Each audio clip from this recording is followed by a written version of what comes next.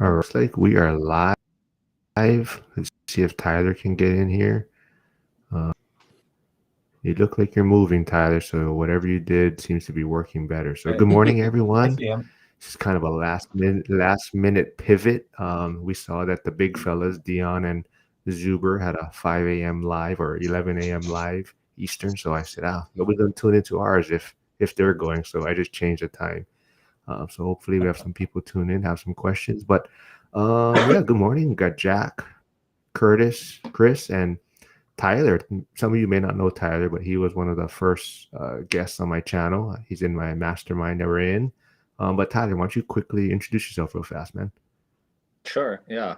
Thanks, Mark, for having me. I'm here in Hawaii also, so it's pretty early, but I've been an investor for 22 years or so. Kind of did a wide gamut of things, single family rentals, the house hacking thing. Shifted to a lot of alternate investing about 6 years ago now. And, I've done notes, multifamily syndications, office syndications, um, do some business investments now, play a little bit in the stock market. So kind of a little bit about everything and just trying to get that money. Oh, he went to UW. You went to UW, right? Yeah. So I went to college in the University of Washington, was also a naval officer for a little while, um, and then moved around and then, yeah, back home here now in Hawaii. That's kind of in Curtis's area a little bit, right? Yeah, Yeah, Curtis is in the. I'm in Tacoma, about an hour south. So Nice. And Yeah, so yeah, Curtis invests there. He's house hacks. He has a YouTube channel. Go check him out.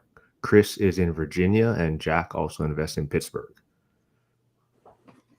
So this topic was kind of brought up by Curtis. Kind of the 9 to 5 transferable skills, or kind of does your 9 to 5 hold you back, maybe, or how do you leverage that in your investing? So Curtis, what was this on the top of your mind? yeah, this has come up a couple of times when I've talked to people and they ask me with what I'm doing, or they see a social media post. I'm like, oh, I can never be a landlord or investor. Um, I always tell them, yes, you could. And then I try to tell them, I've seen you do this, I've seen you do that. Like, you can communicate well, you're nice at math, right? And so just trying to get people to understand that while you may not have ever done it, you have skills that can transfer over to being an investor. So who still has a 9 to 5? I know Tyler surfs all day and sleeps until 11, so he's retired basically. But who has a 9 to 5? I mean, Yeah, six to me, six yeah, count. yeah. So who has a perspective Double. from their 9 to 5 leveraging it, or is it holding them back, they think?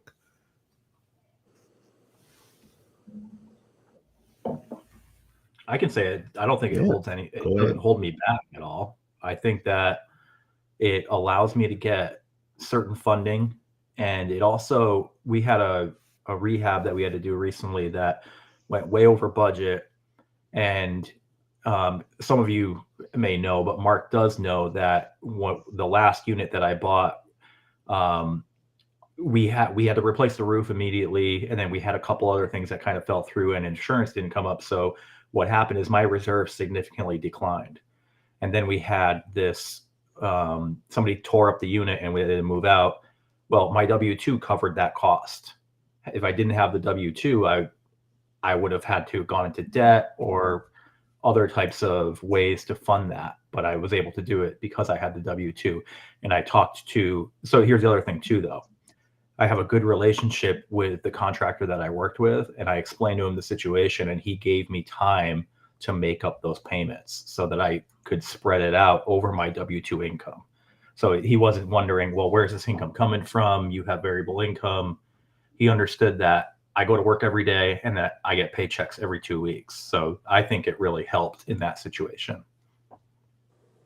Oh, nice. Yeah, that kind of launches me into my piece on in the teaching world. A lot of it's focusing on relationships.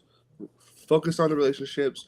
First few weeks of school, it kind of makes the rest of the trimester easier. And we as teachers, we have all the content, like knowledge in our brain, but if we don't have the relationships, nothing's going to happen. And I think that really translates to the real estate world, because you can know all the formulas, you can run all the numbers, but if you don't have the relationships, it's going to be a bumpy ride. Yeah, I was gonna to piggyback off of I'm sorry, I can't read the name. Invest You can call me Chris. Yeah, that's fine. Chris. To piggyback off of what Chris was saying, I honestly can't think of anything that W2 really holds you back on, because you get better financing, you have money coming in to put toward it. The only way I would see to say that your W2 is holding you back is if you honestly have enough cash flow coming in, or whatever it is, or you have more money coming in from your businesses and stuff, if that's what you're doing. If, and you're just working your W2 basically for more or less no reason, just because you like it or something, then in that case, it could be holding you back. And I'll add real quick before Tyler goes, the one area I think it does hold some people back is time. Yeah. If I had more time, I could probably be churning a few more deals. There is a deal that's coming up that I know of that it could be a possible flip. I don't have the time to go there and do a lot of the management, so I might do it with somebody else. But I think that would be the only drawback, in my opinion. It would be the time. Now, is that something that a lot of people who are W-2 employees, they say, if I get into the investing world, I have to manage it? Is that a person issue?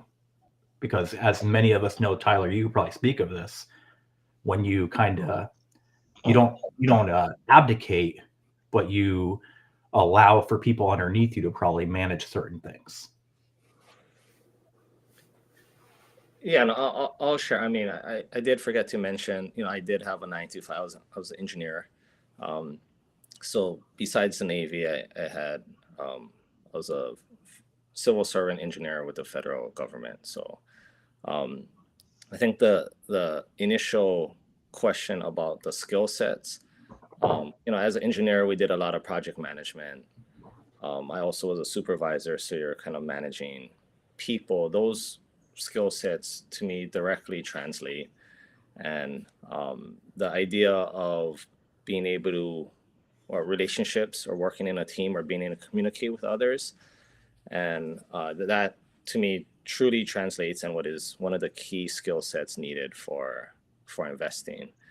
Now, on the kind of not the skill set part, but like the time or energy, my first engineering job was in a very secure place. So it was still with the military, but it was secure. So I couldn't have my personal phone or access to personal email.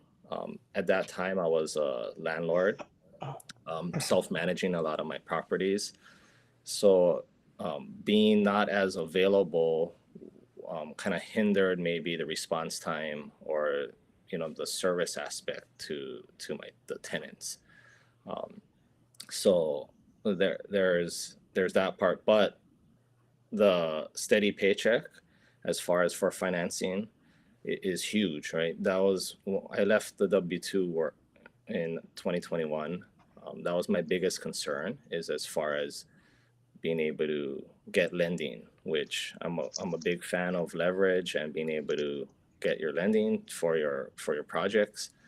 And you have to be a lot more creative if you're not having that, that steady 9 to 5. And banks traditionally just look at your paycheck.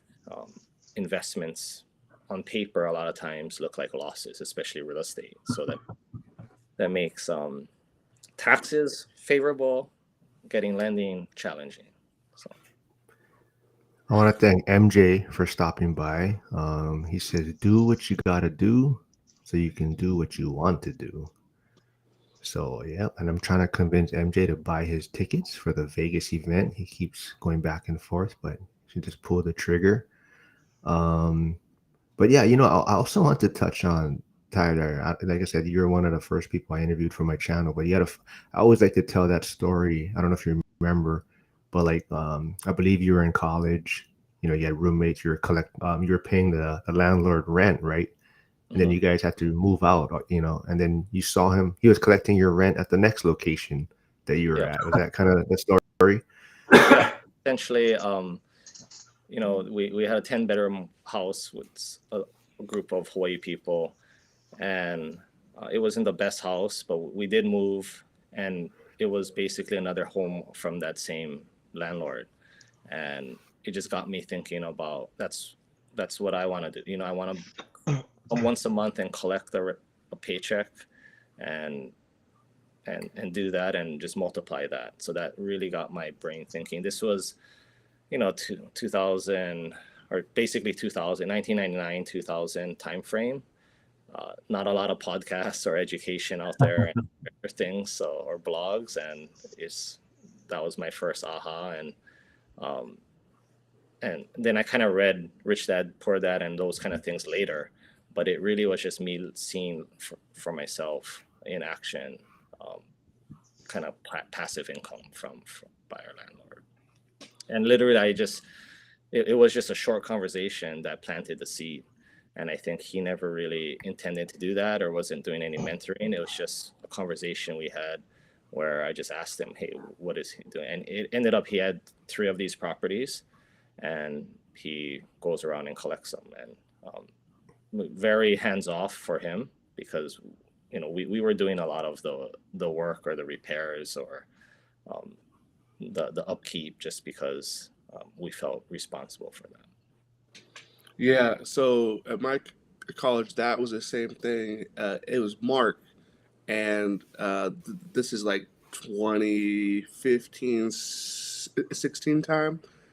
And you see on Venmo all your friends paying the same guy. Right? So on the first of the month, you're like, oh, wow, okay. And then when you go to sign the lease, I was talking to Mark. I said, Mark, how many of these do you own? And he didn't tell me a number, but he's basically like, if you throw a rock from your deck, you can hit my house. Right? And I was like, holy smokes. And so knowing what my friends were paying him, I'm like, this guy's got you doing? I'm like, Mark, so were you like big money guy? Were you a banker or something? Like, how did you buy all? He was like, no, I was a teacher. Mm-hmm. And I said, oh, okay. So what do you do now? He says, nothing. I do whatever I want. And that was like an aha moment too, where I was like, okay, this guy can do it as a teacher, and I could visually see on like the Venmo Mm-hmm. all the money he's getting. Maybe that's the route that I go to.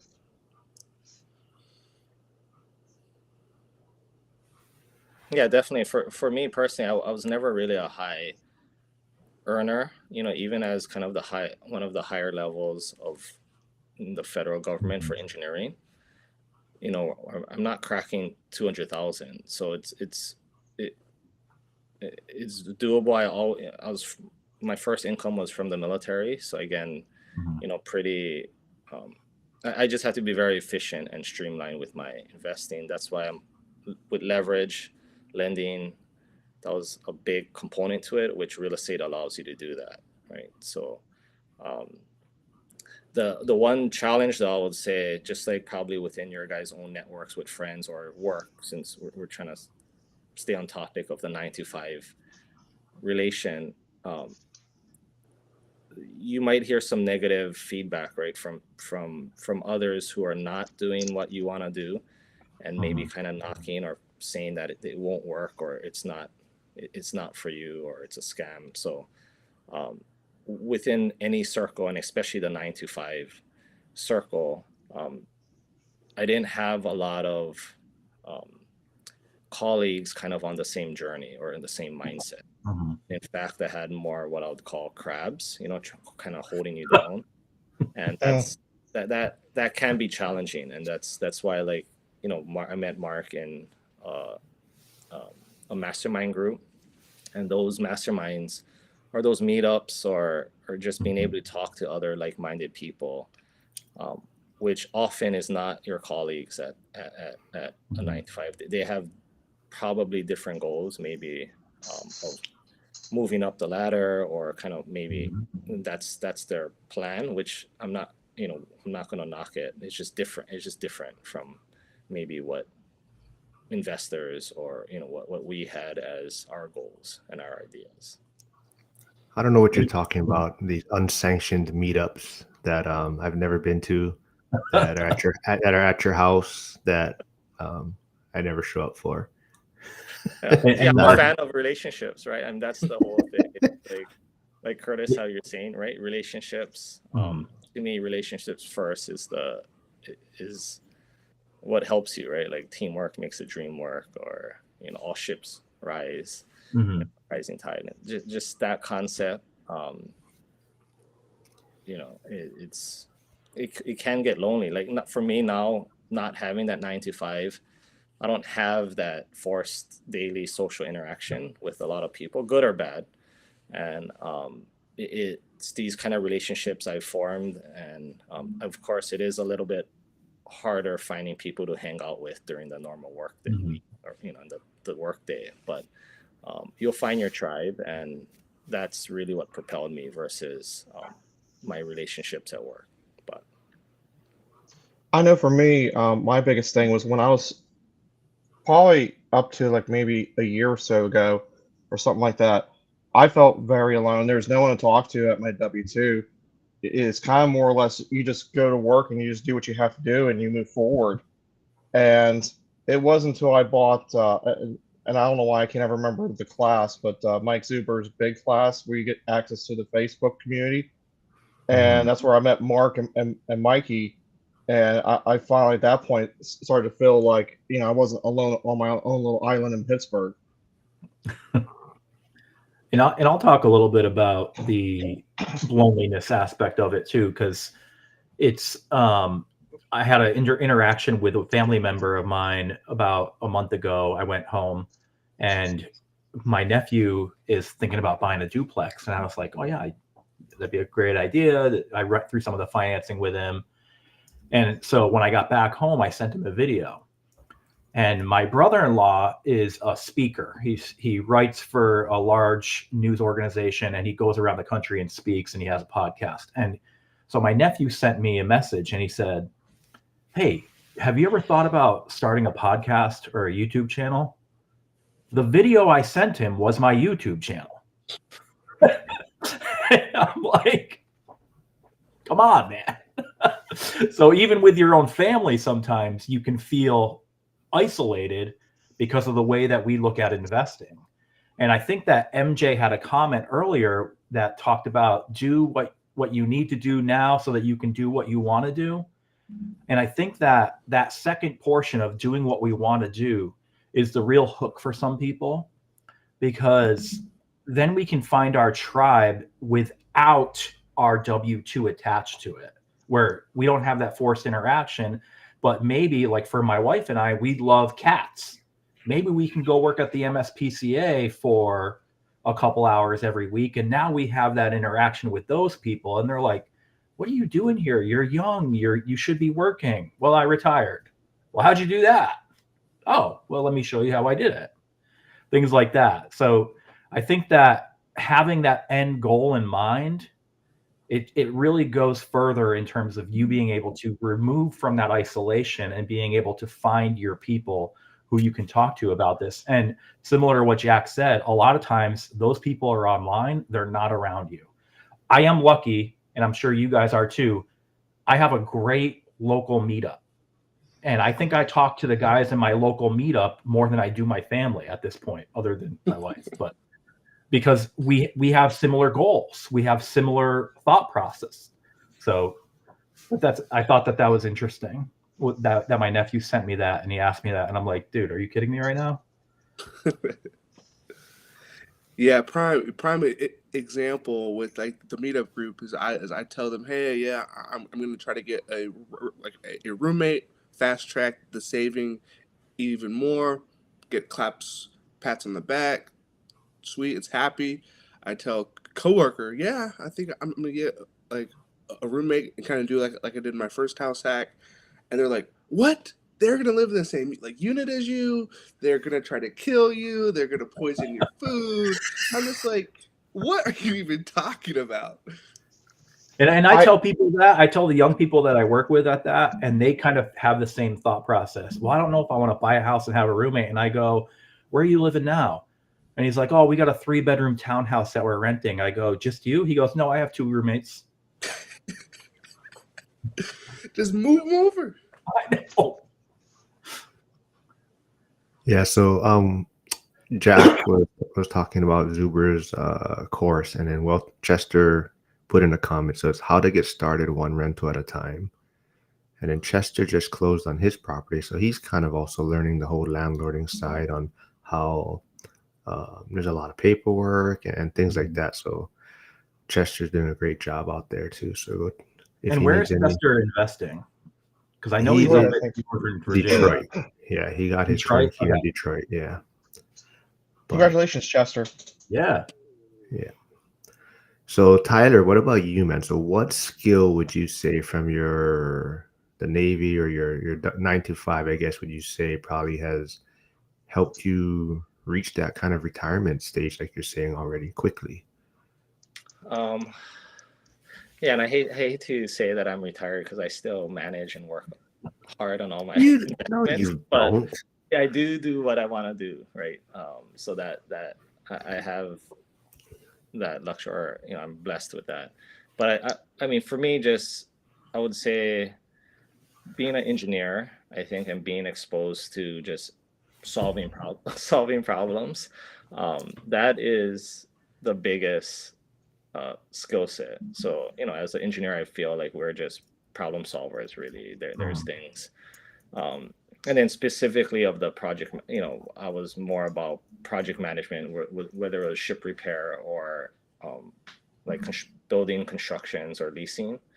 Um, that specific skill set allowed me to kind of just use that same skill sets of managing a project, whether it's a renovation for my own personal portfolio or for work. It's all the same skill sets. And at the shipyard here, for my first federal job, they were big on training, and it was all about getting project management certified. And that skill set, whether you're managing IT project or a bathroom renovation or a large new construction multifamily place, it's all the same overall skill set.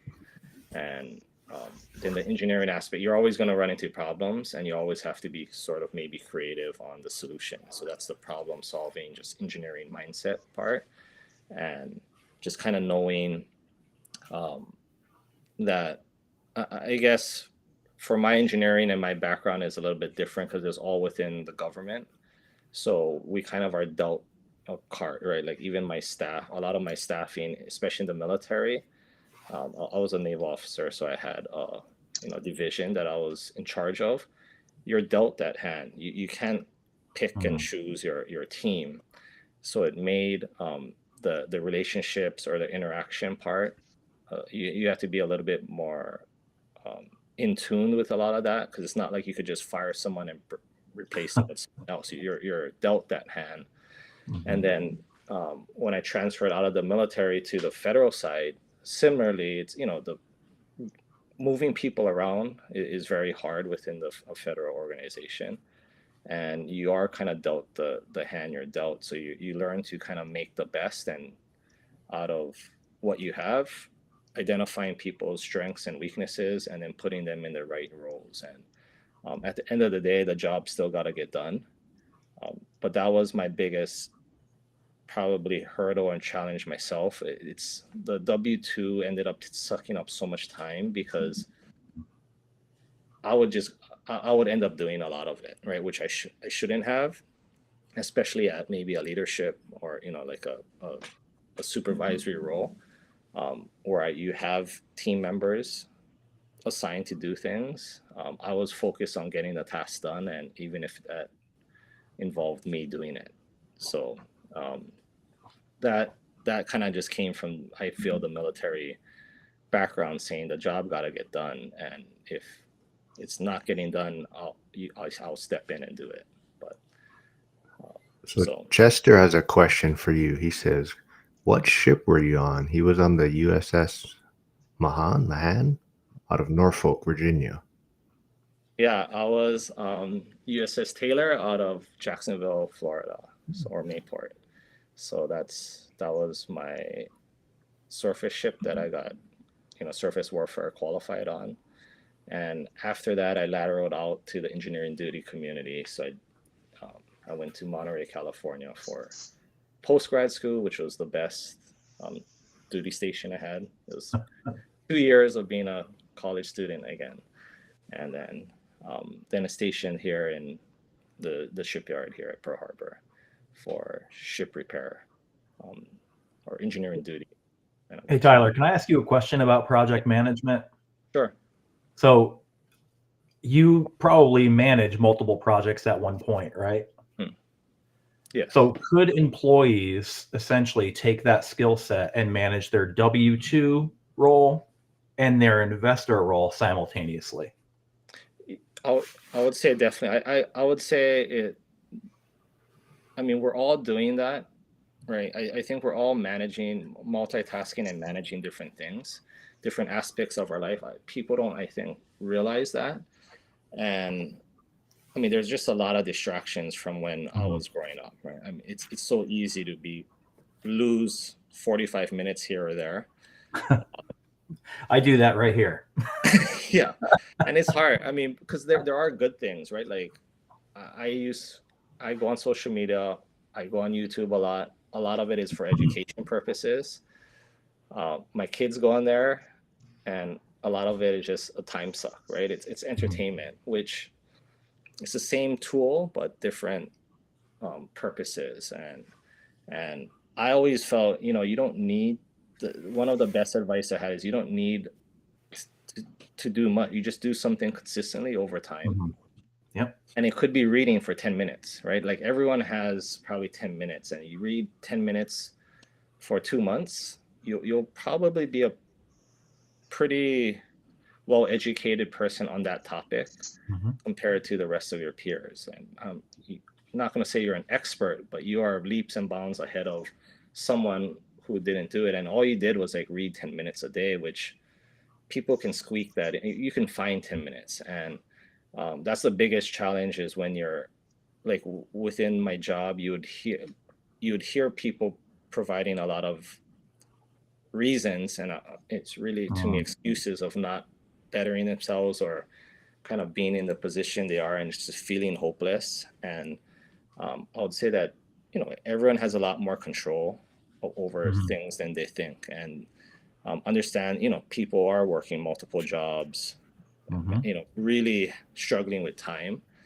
but usually you can also see where there's a lot of waste. And but yeah, multitasking, managing multiple projects, and you can see that skill set with people, that they have that ability or capability of doing it. They just choose not to do other. Yeah, like you, and just Curtis, right? to tie this Like, back into the investing, if you read 10 minutes a day on investing, and Mark, Jack, and Curtis, if you guys want to add to this, I think what it does for you as an investor when you don't have properties yet, it allows you to ask the proper questions to the people who do. Yeah, definitely. well, I was gonna say, like, Curtis, because like even like time, like, you're doing stuff on your breaks. You're like, hey, I can jump on a live in between this break, or we get out of school at this time. And so all of us are kind of like Tyler was saying, you're kind of juggling and maximizing how much time you have available. Like, I know Jack does stuff in his car. He records YouTube videos, so go check out Jack's channel. But he does stuff while he's driving. He does stuff in his car. So everyone's just trying to maximize their time out there. Oh, so you want to hear a funny story about, I was recording a Driving with Jack episode last night, and almost got caught up in a car wreck. Any fans? No, I think it's more of the hate fans. Oh man, that would have been good content. You know what? The video, just everything that could have went wrong did go wrong, so that one's probably not getting posted. But between the The- almost car wreck, it was the first time Cynthia was on, so she didn't understand that I was trying to keep I didn't say keep the content short, so she drug it out too long. I was having an argument while driving. It was a whole bad episode from start to end. That'll go in the blooper reel. it's gonna go. It's gonna go viral probably. But Years ago, like, years ago when I was doing No, video no time. content for a loan company, we didn't have lighting. So my idea was I would write out my script and I would put it on a window. And one time I'm going through it and I'm probably about 30 or 40 seconds in. I'm feeling good. The script falls right on my face. That went on the blooper reel. I sent that to all of our business partners and I was like, this is what I do for you guys. But we're talking about like 9 to 5 W-2s, and Tyler kind of touched on it also, and I think Chris touched on it. Like you like your W-2 for the lending side of it, but Tyler touched on doing like alternative investments and other options. But Zuber also brought on I forgot who they were from, but they talked about whole life policies and kind of that infinite banking strategy, and that's actually also what Tyler has branched out to, in his somewhat retirement phase. But you want to touch on that and the benefits of kind of how people use that when they don't have a W-2 for lending? Yeah, so I was introduced to the use of insurance as your bank account a while back, and I really didn't look into it. And then when I started doing a lot of masterminds, being around, successful or higher earners or knowledgeable people, that topic of the use of insurance just kept on coming up over and over. And so I started kind of going down a rabbit hole of just learning that. I'm more of a kind of jump in first, see how it is, and then so I just kind of dove right in, bought a policy. It wasn't really what I desired or wanted, so I kind of went further and down the rabbit hole of just trying to search for something that would work for me as an investor, and kind of what I thought the policy should be. And I ended up becoming licensed mainly for the fact of learning more or trying to have more access. But it's almost like getting your real estate license to learn about real estate investing. You don't gain anything. You don't really get any more access to information until I found someone on YouTube. IBC Global, Steve Parisi is my mentor, and he kind of opened my eyes to utilizing this. But so this was back in 2019, 2020. I already had the idea that I wanted to leave my W-2. So the idea of getting financing was always that concern, and finding the use of my policies basically has become my own lender, right? So I'm basically doing the lending through my policies. It does take time, so I had to kind of plan ahead, start these policies, capitalize them, but the idea that I can now borrow against them or utilize that, and it's not a real approval process. So there's no one looking at my income or anything. It's really our own funds. So you have access to that. It's when you're requesting a loan versus processing or applying for a loan. So it's really, they'll the insurance company will do that. What they're doing is they're collateralizing your death benefit. So it's really your money, and you're in total control. I like to say I'm still being an honest banker, by even though there's no required monthly payment. I don't even have to pay the interest if I don't want to, but you're kind of just in control of that. Being an honest banker, it just allows those policies to continue to grow so that you can borrow more from it in the future.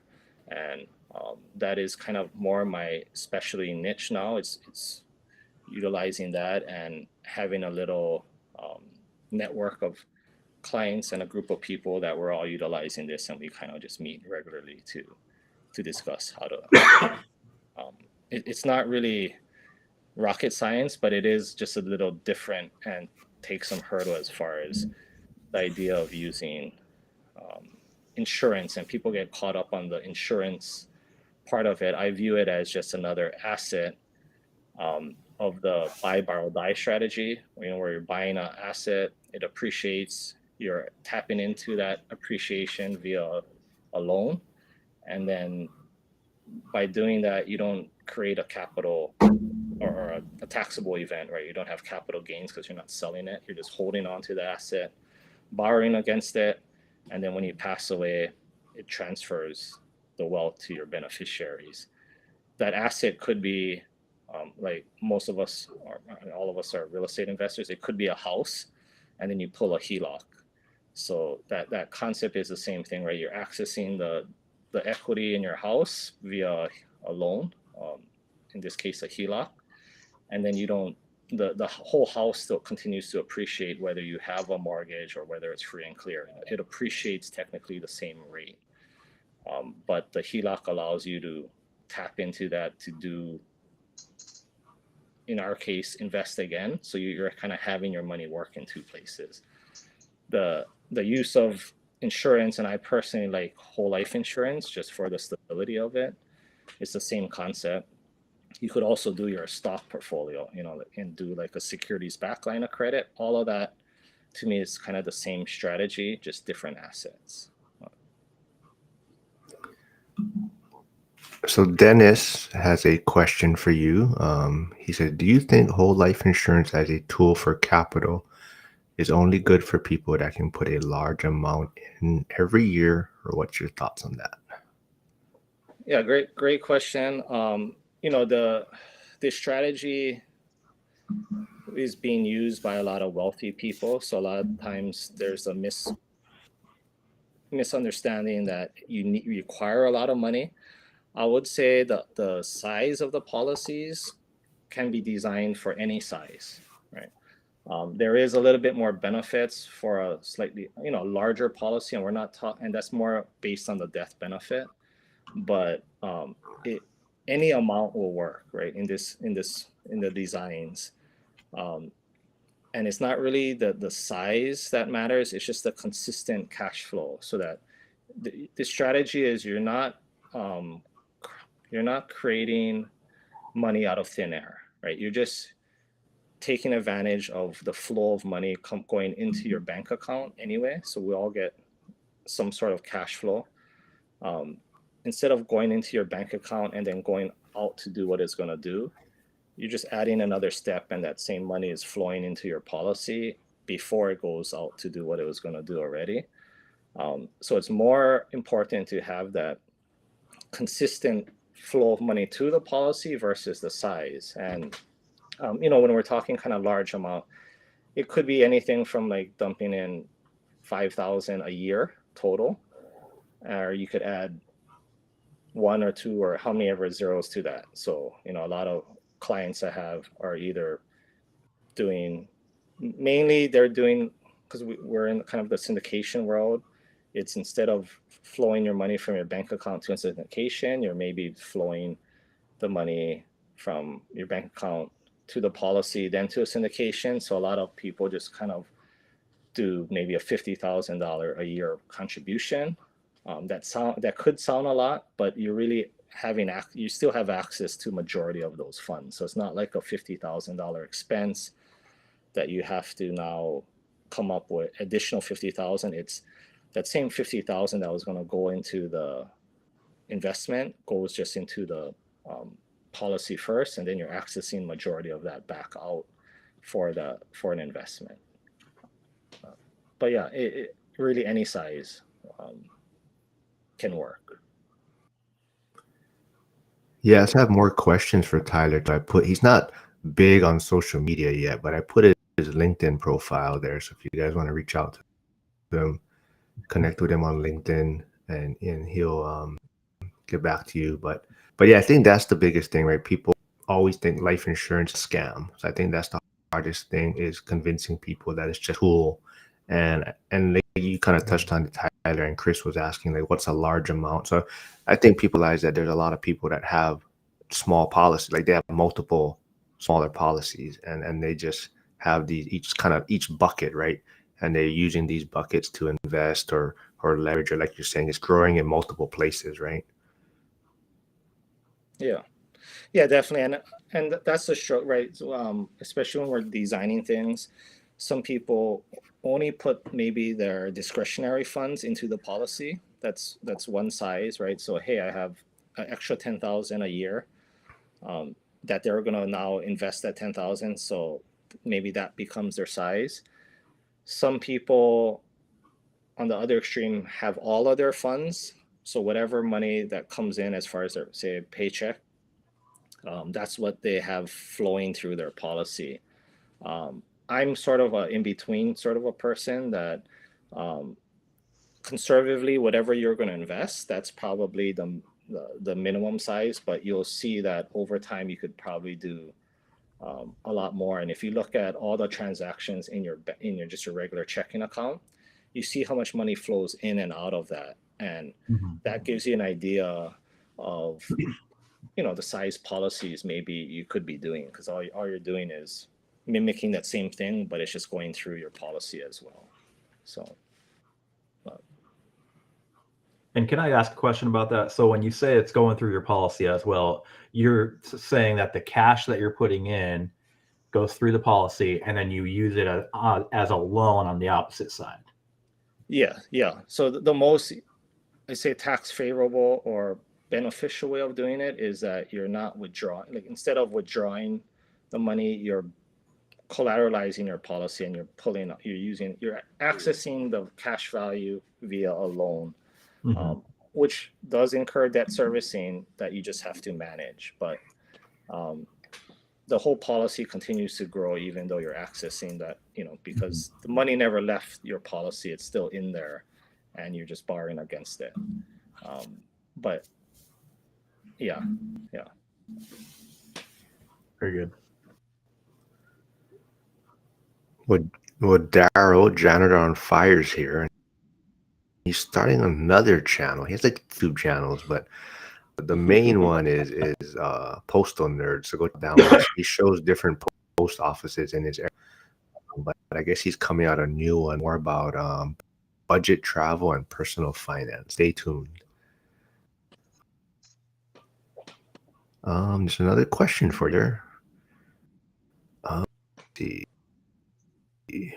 Do you suggest about any hold on, I'm trying to share it on this frozen. Maxing out any other areas of wealth management? What channel is this? Example, 401k, opening a whole life. Are there better benefits and easier access with whole life?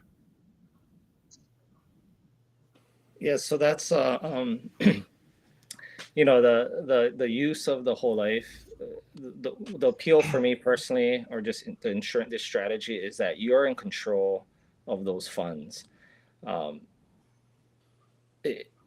it's hard because everyone's situation is a little bit different. So uh, I would say for specific situations, it would be best to kind of just have a call, that we can go over details. But generically speaking, for myself, when I started implementing this strategy, I replaced instead of contributing to a 401k, in my case, it's a TSP. Um, I utilized those funds and diverted it to a policy instead.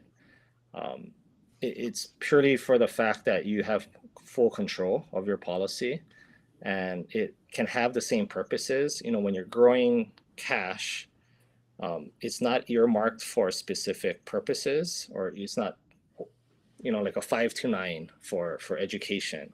Um, I've stopped any of those and diverted any of those funds to fund my first policy, because you're growing cash value that you have access to, that you can choose. Hey, I'm going to do it for my son's college education, or my, retirement funds, or for even maybe long-term care, um, you know usage. But it's So generically speaking, I would say I like it utilizing it prior to, or before any of those. The caveat would be possibly a match at your company for a 401k. That's often the biggest hurdle to give up because it feels like it's 100% gain. But you can kind of historically look at that. There's a lot of fees even with your 401ks and things. So that's that. So I would say the short answer would be it depends. The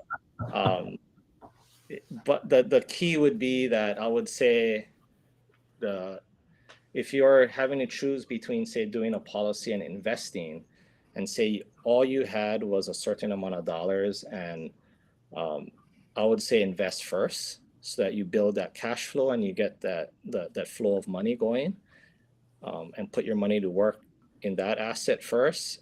When maybe things start exiting, or you start exiting deals, or you see that money start flowing back to you, that's kind of the ideal time when you need another warehouse.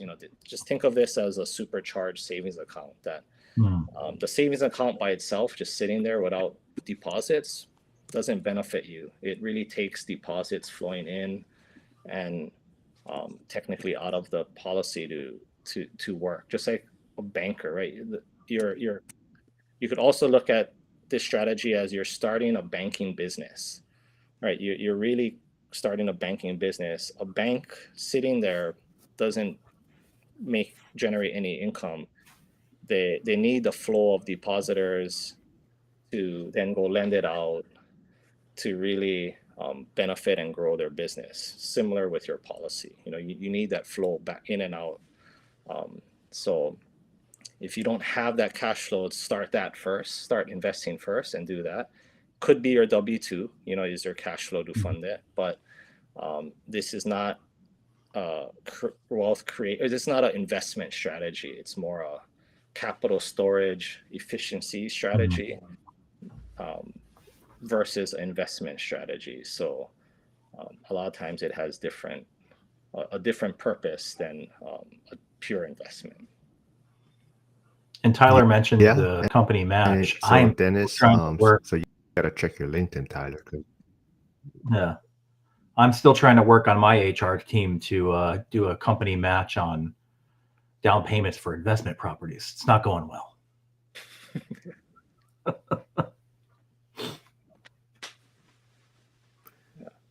Yeah. So Tyler, then Dennis is reaching out to you on LinkedIn. But yeah, so even like you, Tyler. So last night, that's where I went to a meetup, and they're asking, it's like private, or they're asking for lending for their projects, and like you're saying, you could have a whole life policy, right, or 4% dividends or one on the policy, take a loan off of that, lend it out to someone, earn 12% on that. So your money's growing basically in two places, right? So I think that's a great tool to use. And like Chris mentioned, like maybe as you start retirement phase or retiring early, policies getting set up is what you want to look into, because now it makes getting lending a lot easier if you're not going to have a W-2. But yeah, so what are you, I guess, from a 9 to 5, what is your plans? What skill sets? Because I know you're doing a lot of.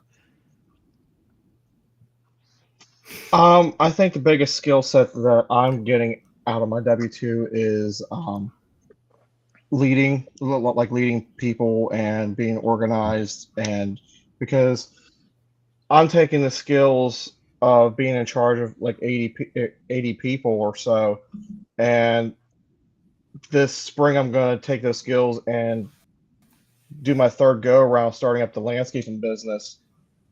And with that, I think my knowledge base is a lot better about the landscaping industry, plus being a better leader and being able to take better charge and accountability for everything that goes on, so I can push through and be more profitable and stuff. Like I want to next year try to have a few employees, because that was my biggest problem in the past, is that I couldn't get employees to stick around long enough to make it really work and profitable. So I'm hoping that next year I can amplify that to having like a consistent like 60 lawns or so, have a couple employees working, and even try to do like some pressure washing, like have some people reach out and do pressure washing. I don't want to start off. Pressure washing is the new aspect to the company, so I don't want to do anything too complicated. Maybe just some concrete work and stuff that's easier to handle. Nice. Yeah, that seems like it definitely translates directly like over. Like you're almost like subbing out work now. Mm-hmm. Yeah, I like I said, I just want to get a couple employees. I think my biggest thing is, do I want to try to get people I can pay less, or do I want to try and get people that need a little bit more money, but I don't have to like, watch over their shoulder at the quality of work and stuff. That's kind of where I'm at right now. But I keep thinking to myself, it's like, it's cutting grass. I mean, how hard can someone screw it up? But then I think about some of the people I work with, and I was like, Yeah. Yeah, it wouldn't surprise me if the house got burnt down.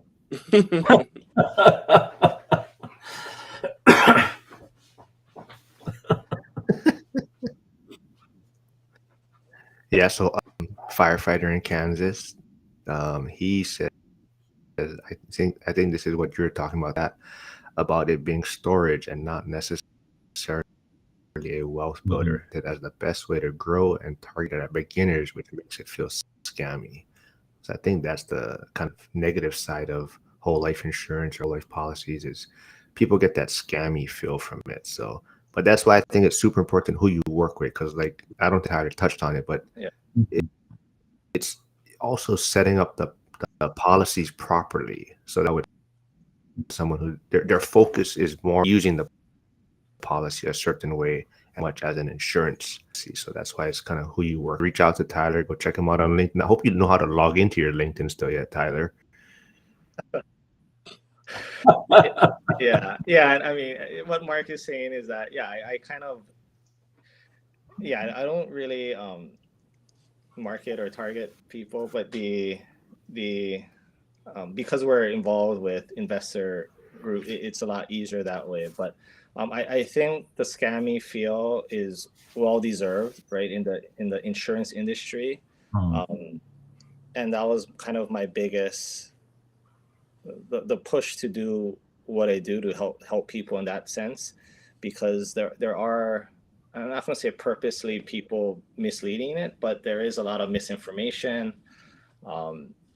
It's a commission based industry, and oftentimes the advisors or the life producers goals is not aligned with the client, and it's hard, and it's really a passion project for me to just kind of help and educate people on it, and because it can be very lucrative as an agent, and you're doing that at the expense of a client. And my focus is to really help the client, even if it's it may be reduced or no commissions at all, but that's kind of my give back to the investment community.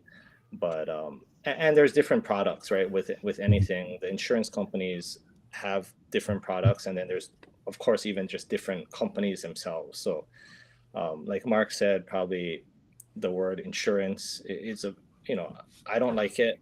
I mean, I don't openly tell people I'm a life insurance agent as well, just because that's the how I feel if someone were to walk up and tell me that about them, right? And but yeah, I'm a investor that utilizes the strategy basically. And even with Mark and some of the lenders that you invite on, Mark, there are people who are out there who are salespeople, and there are people out there who understand the products and want to kind of customize it to people that they know. And I think that's kind of where you're falling, Tyler, when I'm hearing you talk, because I've been told this a lot, and I felt the exact same way that Ike felt. Like, I don't know why you're trying to push me into this. I don't have any cash flow when they were telling me this back 6 years ago. Yeah. But now understanding, this is something that you could use once you have certain amount of income that is not reliant, in my opinion, on my W-2, it makes me think. Yeah.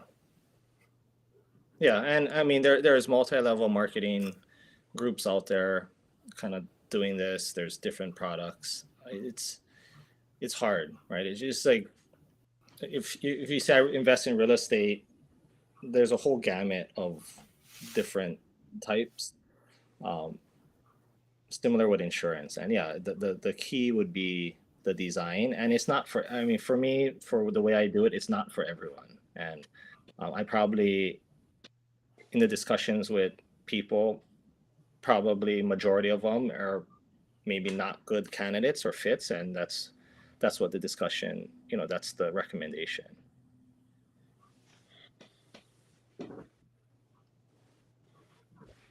Hey, so Michelle, thanks for stopping by. She stopped by our channel and Curtis's channel, I'm sure. But Zuber and Dion are going to be going live in about 5 minutes. I'll leave it up to you guys what you guys want to do. Do you guys want to hang out, chit chat? You guys want to call it a day? But if you guys talk about it, I'll leave it up to you guys. I'm always down to chit chat. So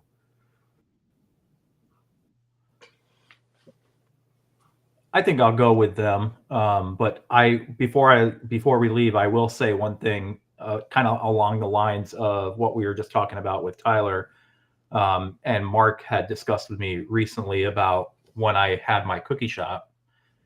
There's a lot of people there who want to help you for a fee, and I think that that's something similar to what Tyler was just talking about. Is that there are a lot of people out there that want to help you with whole life policies with a fee attached to it, as opposed to somebody who is actually looking at your situation and saying, is this the right fit?